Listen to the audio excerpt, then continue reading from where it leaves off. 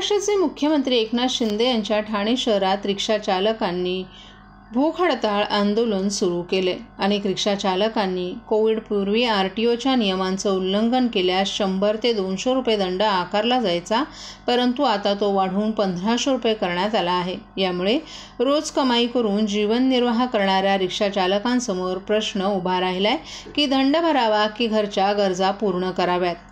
या रिक्षा चालकांनी वागळीत महाराष्ट्राचे मुख्यमंत्री एकनाथ शिंदे यांनी मुख्यमंत्रीपदाचा कार्यभार सांभाळल्यापासून अनेक विकास कामं झाली असल्याचं सांगितलं आणि अनेक रिक्षा चालकांना रोजगारही उपलब्ध झालाय।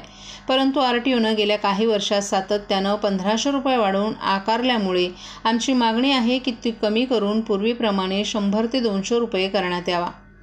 रिक्षा चालकांनी प्रवाशांचीही माफी मागितली आहे, कारण की आजच्या स्ट्राईकमुळे आज प्रवाशांना त्रास सहन करावा लागतोय। आज आमच्या या स्ट्राईकमुळे ठाणे शहरात रिक्षा सुरू नाहीत। आम्हीही रोजची कमाई करणार आहोत। एक दिवस प्रवासी म्हणून आमचं दुखणं समजून घ्यावं, असंही रिक्षा चालकांनी सांगितलं। मी 10 वर्ष झाले रिक्षा चालवतो। आज संप करण्याचा असा आहे मुद्दा की 1,500 रुपये फाईन, ही 1,500 रुपये फाईन हे पुष्कळ झाले रिक्षावाल्यांसाठी। रिक्षावालाच कमवतो 700, 800, 900 रुपये। त्याच्यामध्ये तो आपलं घर भाडं भरणार, आपलं किराणा माल भरणार, मुलांचं शिक्षण आहे, गाडीचे फिटनेस, इन्शुरन्स, इतर समस्या आहे, तो बघणार का 1,500 रुपये फाईन भरणार। ही फाईन खूप अफाट होते। ही फाईन 100 ते 200 रुपये करण्यात यावी। आणि सगळे जेवढे फाईन मारलेले पोलिसांनी आमच्यावरती सगळे मोबाईल मधून मारलेले, ते मोबाईल मधून बेकायदेशीर फाईन मारलेले। ऍक्च्युअली त्यांना डिव्हाइस मशीन दिलेले आहेत प्रत्येक ट्रॅफिकवाल्यांकडे, पण ते ट्रॅफिकवाले डिव्हाइस मशीनचा वापर करत नाही, मोबाईलचा वापर करतात आणि एका जागेवरनं फोटो मारत नाही, चालता फिरता बाईक वरून सुद्धा फोटो मारत बसतात सगळीकडे। हे चुकीचं आहे, हे बेकायदेशीर आहे। पण ट्रॅफिक पोलिसांच्या वतीने लोक अदालत चालवले जातात, त्याच्यामध्ये तुम्हाला 30 ते 40% फाईन असेल ते कमी करण्यामध्ये मी काय बोलतो, आम्ही फाईन भरायला तयार आहे, पण कुठल्या फाईन भरायला तयार आहे? डिव्हाइस मशीन मधून तुम्ही जर मारत असाल ते फाईन भरायला तयार आहे। मोबाईल मधून जर तुम्ही मारत असाल तर ते बेकायदेशीर फाईन आहे। यासाठी आमचा विरोध आहे। जो काय असेल फाईन तो 1,500 करू, 1,500 ठेवू नका। इथून पुढे आम्हाला 100-200 रुपये फाईन द्या। आम्ही तो 100-200 रुपये फाईन आम्ही जागेवर भरतो। आमची जागा आमची गाडी अडवा, त्या जागेवरती आमचा काय गुन्हा केला आम्ही तो आम्हाला निदर्शनास आणून द्या। जागेवरती गाडी उभी करा आणि आमच्याकडून 100-200 रुपये फाईन आहे ना, तो जागेवर आम्ही भरायला तयार आहे। पण 1500 रुपये मारू नका। 1500 रुपये मध्ये रिक्षावाला तेवढे कमवत नाही। 700-800 रुपये मध्ये त्याचं घर चालवतो तो। 700-800 रुपये मध्ये त्याचे भरपूर खर्च आहे, घरचा खर्च आहे, गाडीचे फिटनेस, इन्शुरन्स, भरपूर त्याला टेन्शन आहे आणि पहिल्यासारखा धंदा राहिलेला नाहीये। आज 8-9 वर्ष झालेले परमिट कंटिन्यू चालू आहे, त्याच्यावरती कोण बोलत नाहीये। मुंबईच्या गाड्या येतात ठाण्यामध्ये येऊन धंदा करतात, त्याच्यावरती पण कोण काय बोलत नाही। इतर भरपूर समस्या आहेत, त्या फक्त मुख्यमंत्र्यांना आमचं हेच निवेदन आहे, या लवकरात लवकर समस्या तुम्ही सोडवावं आणि ह्या लाडक्या रिक्षावाल्याकडे तुम्ही आवर्जून आमच्याकडे लक्ष द्यावं, हीच आमच्याकडे विनंती आहे।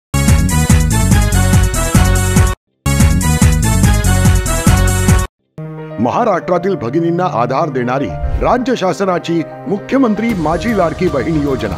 या योजनेअंतर्गत अल्प उत्पन्न गटातील 21 ते 65 वयोगटाच्या भगिनींना मिळणार दरमहा 1500 रुपयांची मदत। अर्ज करण्यासाठी 31 ऑगस्ट 2024 पर्यंत मुदतवाढ। कुटुंबाचं वार्षिक उत्पन्न 2.5 लाख रुपयांपेक्षा कमी असलेल्या महिला पात्र। कुटुंबाकडे पिवळं किंवा केशरी रेशन कार्ड असल्यास उत्पन्नाचा दाखला आवश्यक नाही। पांढरं रेशन कार्ड असेल किंवा रेशन कार्ड नसेल तर कुटुंबाचं वार्षिक उत्पन्न 2.5 लाखांपेक्षा कमी असल्याचा दाखला आवश्यक। योजनेसाठीचा ऑनलाईन अर्ज नारी शक्ती दूत ॲप वरून किंवा पोर्टलवर भरता येईल। ज्या भगिनींना ऑनलाईन अर्ज भरता येत नसेल त्यांच्यासाठी अंगणवाडी, ग्रामपंचायत, वॉर्ड ऑफिस, सेतू सुविधा केंद्रामध्ये किंवा आशाताई बचत गटाच्या CRP यांची मदत उपलब्ध।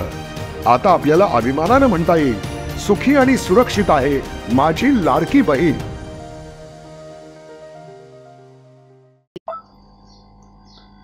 शहराची कचराकुंडी सोडवण्याकरिता भिवंडीत कचरा विल्हेवाट प्रकल्प उभारण्याची तयारी ठाणे महापालिकेनं सुरू केली आहे। मात्र त्यामुळे ठाणे ते पडगा असा कचऱ्याचा प्रवास पडणार असून जास्तीचा इंधन खर्च करावा लागणार आहे।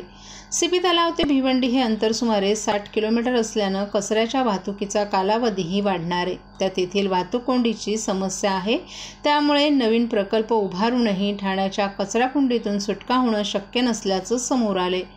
ठाणे शहरातील खड्ड्यांचा मुद्दा गाजत असतानाच कचराकुंडीचा प्रश्नही उभा ठाकलाय. ठाणे शहरात रोज 1000 टन कचरा संकलित होतो. काही वर्षांपूर्वी 800 टन कचरा संकलित होत असे. मात्र आता वाढत्या नागरीकरणामुळे कचराही वाढलाय.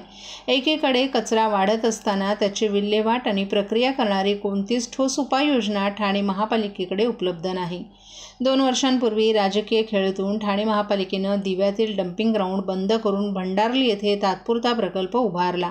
आता हा प्रकल्पही बंद झालाय. दरम्यान डायघर येथे कचरा विल्हेवाट आणि प्रक्रिया प्रकल्प सुरू केलाय, परंतु अजूनही तो पूर्ण क्षमतेनं सुरू झाला नाही. वास्तविकतः शहरातून संकलित होणारा कचरा सीपी तलाव येथे जमा करून पुढे तो दिवा डम्पिंगला पाठवण्यात येतो. नंतर कल्याणच्या भंडारलीच्या दिशेनं सुरू झाला, परंतु आता हे दोन्ही पर्याय बंद झाल्यानं सीपी तलाव या भरनागरी वस्तीत कचऱ्याचे इमले उभे राहण्यास सुरुवात झाली आहे.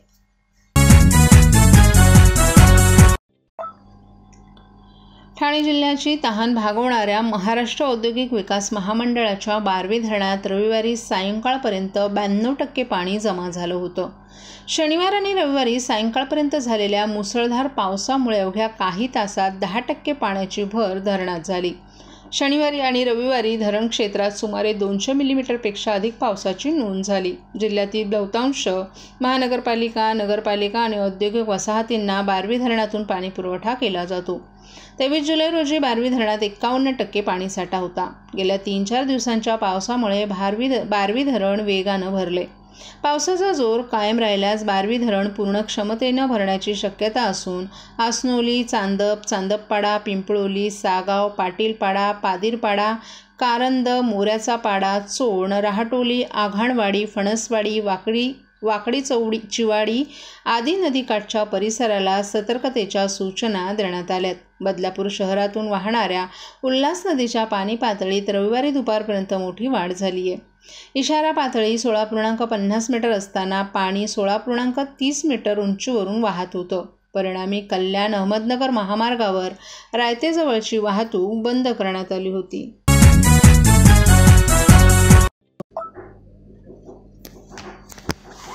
कर्मवीर सुनील खांबे यांच्या मार्गदर्शनाखाली आणि त्यांच्याच संकल्पनेतून साकार होत असणाऱ्या आंबेडकर राईट्स युनायटेड अलायन्सतर्फे महामानव डॉ. बाबासाहेब आंबेडकर या सामाजिक, शैक्षणिक आणि राजकीय वाटचालीस दिलेल्या सक्रिय योगदानाबद्दल तसंच राजे भोसले, फुले शाहू आंबेडकर चळवळीत उल्लेखनीय आणि मोलाचं योगदान देऊन संपूर्ण मानवजातीच्या कल्याणाकरिता आपलं आयुष्य अर्पण केलेल्या महान विभूती गुरुवर्य कृष्णाजी केळुस्कर, गुरुजी कृष्णाजी केशव आंबेडकर, प्रबोधनकार ठाकरे, संत गाडगे महाराज, दादासाहेब गायकवाड, कर्मवीर संभाजी दादासाहेब गायकवाड, शाहीर अण्णाभाऊ साठे, पेरियार रामस्वामी, भागुराम कवडे, वस्ताद गुरुजी बावनडाव भाग्या, शिवराम गोपाळ जाधव, विश्राम सवादकर, राघोजी पाटील, कमलाकर चित्रे, शांताराम शंकर रेगे, आर.डी. भंडारे, भैयासाहेब आंबेडकर, राजा ढाले, नामदेव ढसाळ, दादासाहेब रूपवते, टी.एम. कांबळे, अरुण कांबळे,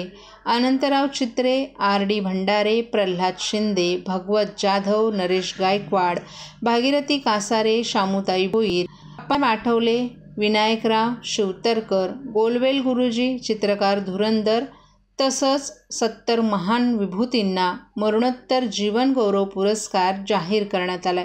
या पुरस्काराचं यंदाचं हे पहिलं वर्ष असून शुक्रवारी 9 ऑगस्ट रोजी क्रांतीदिनी कर्मवीर सुनील खांबे यांच्या वाढदिवसानिमित्त गडकरी रंगायतन येथे हा मरणोत्तर जीवन गौरव पुरस्कार वितरण सोहळा होणार आहे. डॉ. बाबासाहेब आंबेडकरांच्या पुतळ्यास अभिवादन करून आणि मशाल प्रज्वलित करून महान विभूतींना अभिवादन करण्यात येणार आहे. या निमित्तानं संगीतकार भास्कर इंगळे आणि कव्वाल सुलतानजा यांचा शानदार कव्वालीचा सांस्कृतिक कार्यक्रमही आयोजित करण्यात आला आहे.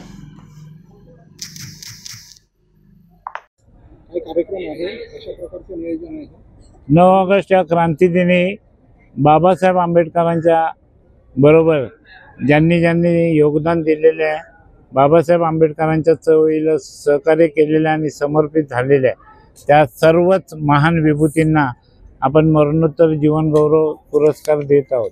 या लिस्टमध्ये जवळ 70च्या वर नावं आहेत आणि ती नावं वाचून दाखवायला तर मी तुम्हालाच विनंती करेन की आपल्या मीडियाच्या मार्फत, आपल्या वर्तमानपत्रांच्या मार्फत ही नावं जाहीर व्हावी आणि आम्ही जवळ 70-100पर्यंत जातील त्या सगळ्यांनाच मरणोत्तर जीवनगौरव पुरस्कार देणार आहोत।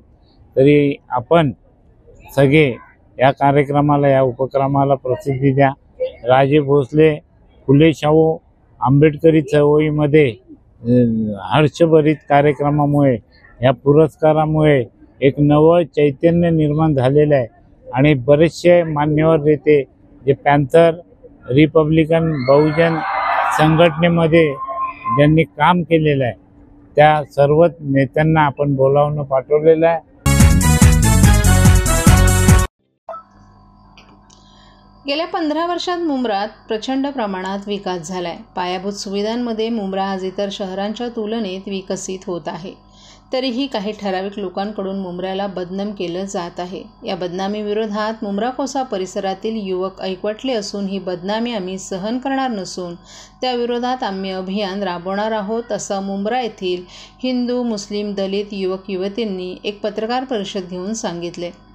मुंब्रा कोसा भागाला दहशतवादी म्हणत असल्याची टीका सध्या मोठ्या प्रमाणात केली जाते। ही टीका केवळ द्वेष पसरवण्यासाठी केली जात आहे असा आरोप करत मुंब्रा येथील सर्वधर्मीय उच्च शिक्षित तरुणांनी पत्रकार परिषद घेऊन मुंब्र्याची बदनामी थांबवावी असं आवाहन केले। यावेळी मर्जिया पठाण, सबा सोलकर, दिव्यात सोनकांबळे, रोहित सिंग, किशोर कांबळे आदीही उपस्थित होते। 15 वर्षांपूर्वी ज्या घटना घडल्या होत्या त्या घटनांचा आधार घेऊन मुंब्राला बदनाम केलं जात असल्याचं मर्जिया पठाण यांनी सांगितलं। गेल्या 15 वर्षात मुंब्र्यात कोणत्या प्रकारची सामाजिक अशांतता निर्माण होईल अशी घटना घडली आहे का? मुंब्रा येथील जनता शिवशाहू फुले आंबेडकर, अब्दुल कलाम आझाद यांची विचारधारा मानणारी आहे। ईद ए मिलाद आणि गणेशोत्सव एकत्र साजरा करणारा येथील समाज आहे। येथील परीक्षेत करत आहेत, नीट, जेईई सारख्या परीक्षांमध्ये यश मिळवत आहेत आणि हे यश केवळ डॉक्टर जितेंद्र आव्हाड यांनी केलेल्या विकास कामांमुळेच झालं आहे। आपण स्वतः याआधी मेणबत्तीच्या प्रकाशात अभ्यास केला होता, बादली भरून 2-2 मजले पाणी चढवलं होतं। मात्र डॉक्टर जितेंद्र आव्हाड यांच्यामुळे आम्ही 24 तास प्रकाशात राहत आहोत, शिवाय पाण्याची व्यवस्थाही पूर्ण झाली आहे। ज्या मुंब्र्यात कधी रस्ते नव्हते तिथे सुसज्ज रस्ते झालेत। ही सर्व प्रगती पाहायची असेल तर आपल्यासोबत मुंब्र्यात चला, मुंब्र्यातील सामाजिक एकोपाही आपण तुम्हाला दाखवू, असं मर्जिया पठाण यांनी सांगितलं। तर स्पर्धा परीक्षांची तयारी करणारी सबा सोलकर हिनं ज्या मुंब्र्याचा शैक्षणिक आलेख तळाला गेला होता तो आता प्रचंड उंचावला असल्याचं सांगितलं। त्यामुळे आपल्यासारखी एक सामान्य मुस्लिम घरातील मुलगी स्पर्धा परीक्षांची तयारी करत आहे। जर मुंब्र्यात दहशतवादी कारवाया होत असत्या तर होऊ शकलं असतं का, असा प्रश्न विचारून आजचा मुंब्रा हा प्रचंड प्रगत असल्याचं सांगितलं। आज इतर शहरांच्या तुलनेत अवघ्या 15 वर्षात विकसित झालेलं मुंब्रा हे संपूर्ण महाराष्ट्रातील एकमेव शहर असल्याचंही तिने सांगितलं। तर किशोर कांबळे या तरुणानं आपलं वय 35 वर्ष असून आपल्या 3 पिढ्या मुंब्र्यात गेल्यात।